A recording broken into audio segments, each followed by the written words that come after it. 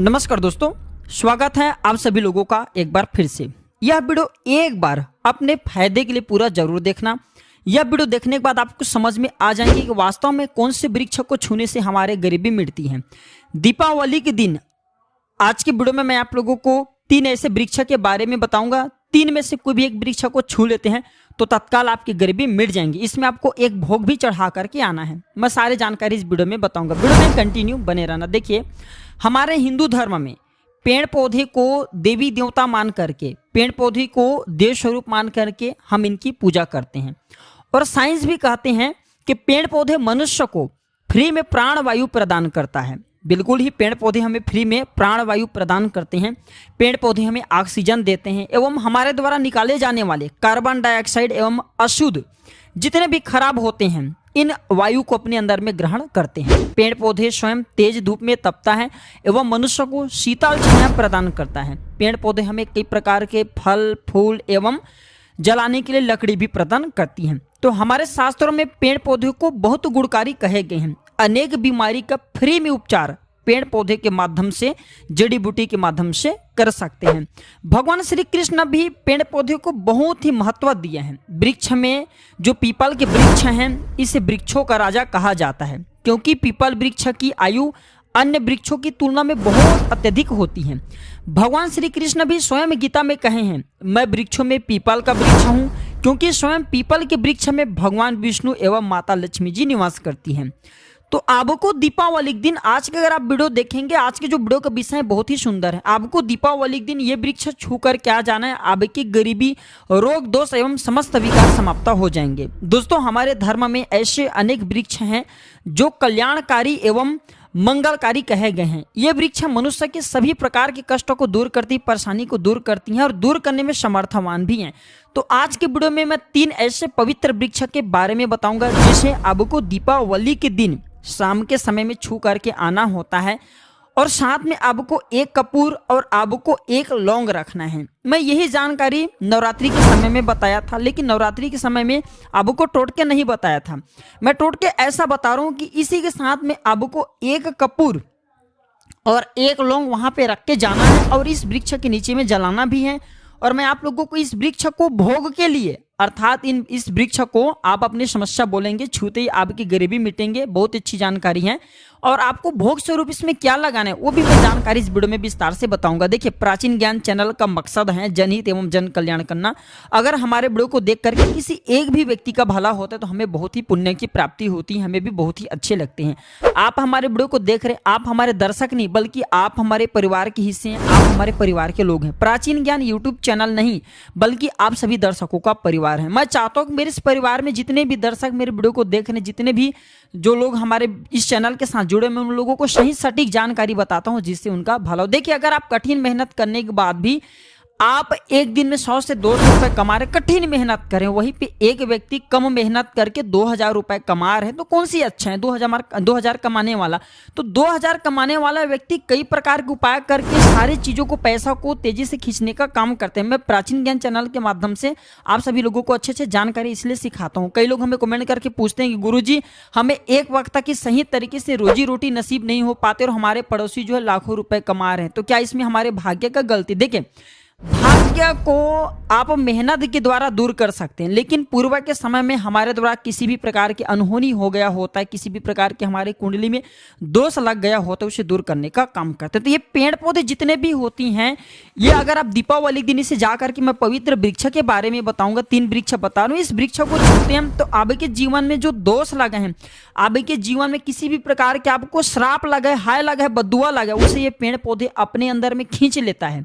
ये अपने अंदर में खींच करके अपने डाली को, आपकी बद्दुआ के कारण अपनी एक छोटी सी डाली को तोड़ देते हैं, यानी कि इनके छोटे से डाली सूख जाते हैं आपके बद्दुआ के कारण। जो सामने वाले ने आपको बद्दुआ लगी और आप इसे छू करके आते हैं इन वृक्षों को, तो आपके बद्दुआ इन वृक्ष में चले जाते हैं, इनकी एक डाली सूख जाती है। आप देख लेना और आप खुद देखना, इस वृक्ष को छूते ही बिल्कुल ही दीपावली के दिन आपके जीवन में ऐसा परिवर्तन आएंगे कि उसी टाइम से आप धनवान बनना शुरू हो जाएंगे। चलिए मैं आप लोगों को वृक्षों के बारे में बता दूं। मैं पहले वाले भी मैं वीडियो में बता चुका हूं नवरात्रि के समय में कि जो पारिजात का वृक्ष होता है बहुत ही उत्तम वृक्ष कहे गए हैं। पारिजात का वृक्ष समुद्र मंथन से उत्पन्न हुआ था, आप सभी दर्शकों को जरूर पता होगा। और ये देवराज इंद्र के नंदन वन में स्थापित किया गया था। बिल्कुल ही ये देवराज के जो नंदन वन है कहे गए स्वर्ग में, वहां पे स्थापित करके रखे गए थे। पारिजात वृक्ष भगवान श्री कृष्ण ने मानव जाति के जन कल्याण के लिए धरती लोक पर लाए थे। अगर किसी को हिंदू भाई कथा इनके बारे में जरूर पता होगा, सत्यभामा की कथा पढ़ेंगे तो जानकारी मिल सकते हैं, आप सर्च करके गूगल में भी देख लेना। ऐसा माना जाता है कि मनुष्य के शरीर में कितना भी ज्यादा थकान हो, बिल्कुल इस वृक्ष को छूते ही तत्काल समाप्त हो जाते हैं। और बहुत से लोग इस वृक्ष को थकान होने पर बिल्कुल इस वृक्ष को छूते हैं। बड़े बड़े राजनीतिक से जुड़े हुए लोग हैं हमारे चैनल में, बहुत से लोग राजनीतिक क्षेत्र से जुड़े हुए हैं, धर्म क्षेत्र से जुड़े हुए सारे लोग हमें जानकारी साझा भी करते हैं। तो इस वृक्ष के नीचे ध्यान से सुनना, इस वृक्ष के नीचे आपको दीपावली के दिन जाना है और आपको घी का यहाँ पे दीपक जलाना है। अगर आप घी के दीपक जलाने में समर्थवान नहीं है कोई बात नहीं, आप कोई भी तेल का दीपक जला सकते हैं, सरसों तेल का दीपक जला सकते हैं। एवं आपको करना क्या है, एक लौंग रखना है और एक कपूर रखना है और आपको मनोकामना बोलना है कि हे वृक्षराज आप हमारी ये मनोकामना करें। मनोकामना वहां पे बोल देना, मैं यहाँ पे आपको नहीं कहूंगा। और इस वृक्ष को आपको छूना है और छूने के बाद इस वृक्ष को, पारिजात के वृक्ष को मक्खन का भोग लगाना है। पारिजात के वृक्ष पर स्वयं भगवान विष्णु जी, माता लक्ष्मी जी निवास करते हैं। भगवान श्री कृष्ण के इसे स्वरूप कहे गए क्योंकि भगवान श्री कृष्ण ने मानव जाति के कल्याण के लिए पारिजात के वृक्ष को नंदन वन से लाए थे। तो इसे छूते ही अगर आपके जीवन में किसी भी प्रकार के हाय लगा हो, बद्दुआ लगा हो, किसी का बुरी नजर लग गया जिसके कारण आपके बंद किस्मत के ताले खुल नहीं रहे हैं, आप चाहते हैं कि आपके बंद किस्मत के ताले खुल जाएं, आपके हाय बद्दुआ कट जाएं, शनि दोष लगा वो कट जाए, तो इस वृक्ष को छूना है और आपको अपनी प्रार्थना बोलना है कि हमारे हाय बद्दुआ एवं शनि दोष को मिटाएं, हमारे गरीबी को मिटाएं।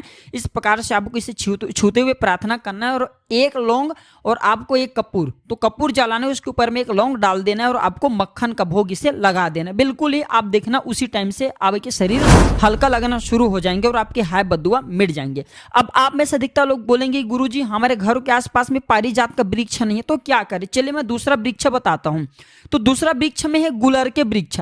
गुलर के वृक्ष को यहां पे मैं क्यों इतना उत्तम बता रहा हूं, क्योंकि गुलर के वृक्ष को स्वयं भगवान नरसिंह देव का वरदान प्राप्त है। क्योंकि गुलर के वृक्ष को नरसिंह देव ने स्वयं वरदान दिया है कि आपके वृक्ष पर हे वृक्षराज मैं एवं आपकी जो माता लक्ष्मी है हम आपके वृक्ष पर निवास करेंगे। और ऐसा भी कहा जाता है गुलर के वृक्ष के पास से अगर मुर्दे को ले जाया जाता है तो उनके सारे पुण्य को ये वृक्ष खींच लेता है। आप में से बहुत सारे लोगों को लोक कथा जरूर पता होगा। तो गुलर के वृक्ष को भगवान नरसिंह ने बहुत सारा वरदान दिए हैं कि आप लोगों के कष्ट भी हरेंगे। तो आपको करना क्या है, दीपावली के टाइम में, दीपावली के दिन आपको सायं काल के समय में गुलर के वृक्ष के पास में जाना है। आप घी का दीपक जला सकते हैं, समर्थ नहीं है तो आप जो है सरसों के तेल का दीपक जला सकते हैं, तिल का तेल का दीपक जला सकते हैं। तिल का तेल का दीपक वैसे गुलर के वृक्ष के नीचे में जलाया जाता है तो इसे बहुत ही शुभ माना जाता है। आपको जलाना है और आपको एक कपूर और एक आपको जैसे रखें लौंग वो जलाना है, जैसे अभी मैं पहले भी बताऊं। इस प्रकार से आपको जलाना है और इसे छू करके प्रार्थना करना है कि हे गुलर हे वृक्षराज हम आपसे प्रार्थना लगाते हैं, आपके वृक्ष पर स्वयं भगवान नरसिंह देव तथा माता लक्ष्मी विराजित हैं। हम प्रार्थना लगा रहे हैं कि हमारे गरीबी एवं हमारे परेशानी एवं किसी का हमें हाय लगाए हैं, बद्दुआ लगाए हैं, किसी का बुरी नजर लगाए, हमारे घर में किसी को नजर दोष लगाए, सारे दोषों को समाप्त कर दीजिए, आप अपने अंदर में समाहित कर लीजिए, खींच लीजिए। इस प्रकार से आपको प्रार्थना करना है। और गुलर के वृक्ष को आपको बतासे का भोग लगाने, बतासे आपको समर्पित कर देने हैं। और उसी टाइम आपको 5 गुलर के फल लाना है। धनतेरस के दिन और दीपावली के दिन ऐसा माना जाता है जो व्यक्ति लाल कलर के चुनरी में गुलर के पके हुए फल को लाते हैं बांध करके और इसे पूजा करने के बाद इसे धन पेटी में अपना रखते हैं तो ऐसा माना जाता है आजीवन ऐसे व्यक्ति के जीवन में, ऐसे व्यक्ति के घर में धन दौलत की कमी नहीं होती। गुलर के वृक्ष को साक्षात माता लक्ष्मी की स्वरूप कहे गए। गुलर के वृक्ष पर माता लक्ष्मी नरसिंह देव विराजमान रहते हैं। तो आपको यही काम करना है, आपको प्रार्थना बोलते हुए आपको इसे छूना है और मैं जो प्रक्रिया बता रहा हूँ वही प्रक्रिया करना है। 5 इसके फल जरूर ले आना है। ला करके दीपावली के दिन पूजा पाठ करने के बाद आपको इसे अपने धन स्थान में जरूर रखना है। आजीवन आपके जीवन में धन का कमी नहीं होगा।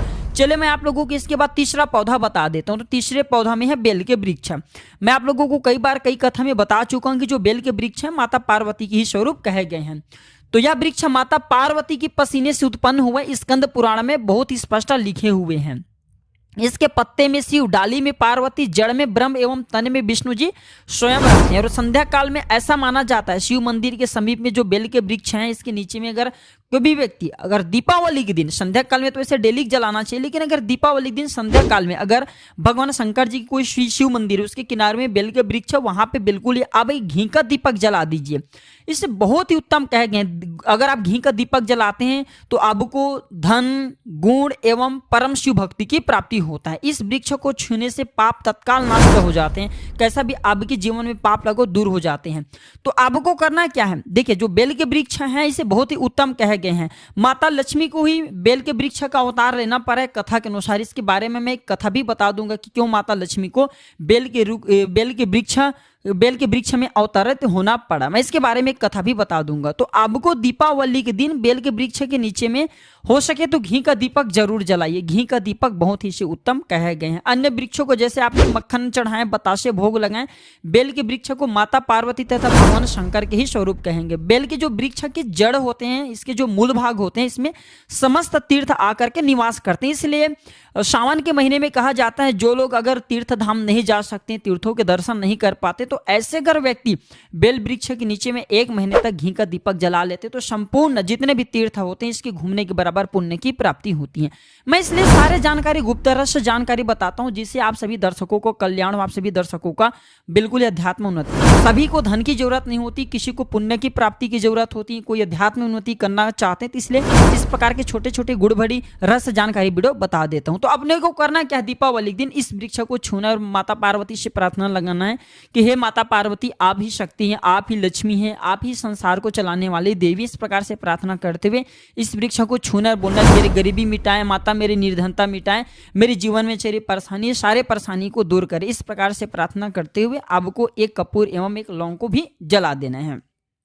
और एक काम जरूर करना, जलाने के बाद इस वृक्ष को, और आपको बोलना है कि मैं भोग स्वरूप आपको धतूरे के पत्ते एवं धतूरे के फल समर्पित करूं, आप स्वीकार करें। इस वृक्ष की जड़ के नीचे में आपको धतूरे के फल एवं पुष्प है तो पुष्प भी रख सकते हैं, फिर पत्ते रख दीजिए। और इस वृक्ष को आपको छूना है प्रार्थना करते हुए कि हमारे गरीबी मिटाएं, हमारे निर्धनता मिटाएं, बिल्कुल ही आपके जीवन में। और एक प्रार्थना जरूर करना, किसी की हाय लगे हो, बद्दुआ लगाओ, किसी का दोष लगाओ जिसके कारण हमारे अध्यात्म उन्नति नहीं हो पा रहे, तो आप जो है हाय बद्दुआ एवं किसी का दोष लगाओ से दूर करें। शनि राहु केतु का अगर दुष्प्रभाव नवग्रह में से कोई नवग्रह हमें पीड़ित कर रहे हो, या फिर किसी भी हमारे पूर्वजों द्वारा किसी भी प्रकार के हमें पितृ दोष लगाओ, क्योंकि पितृ दोष लगने के कारण व्यक्ति के अध्यात्म उन्नति भी नहीं हो पाते, तो आप बोलना कि समस्त प्रकार के दोषों को आप दूर करें, अपने अंदर में खींच लीजिए और आप हमें दोष मुक्त कर दीजिए। इस प्रकार से आपको इन्हें प्रार्थना करना है।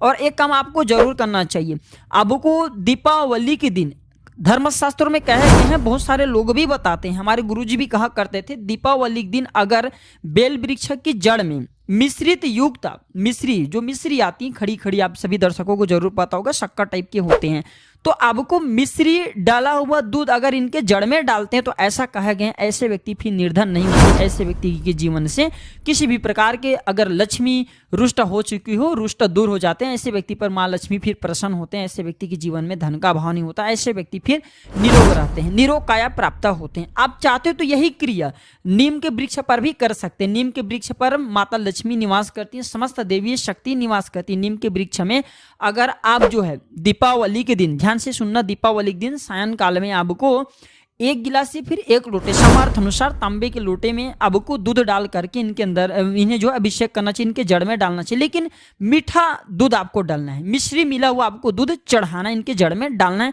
और गरीबी मिटाने का प्रार्थना करना है। या फिर जो लोग कर्जे का भार, वो बोल सकते कि हमारे कर्जे का भार दूर हो, या फिर जीवन में किसी भी प्रकार के जो परेशानी, वो परेशानी बोल देना, वह परेशानी तत्काल ये वृक्ष समाप्त करती है और आपको इसे छू करके आ जाना है।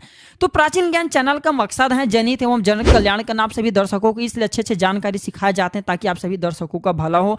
आपको अगर कोई भी थोड़ा सा भी लाभ होता है तो हमें भी पुण्य की प्राप्ति होती है। आप सभी दर्शकों की जो गरीबी मिटती तो हमें भी अच्छी लगती है, क्योंकि आप सब हमारे परिवार हैं।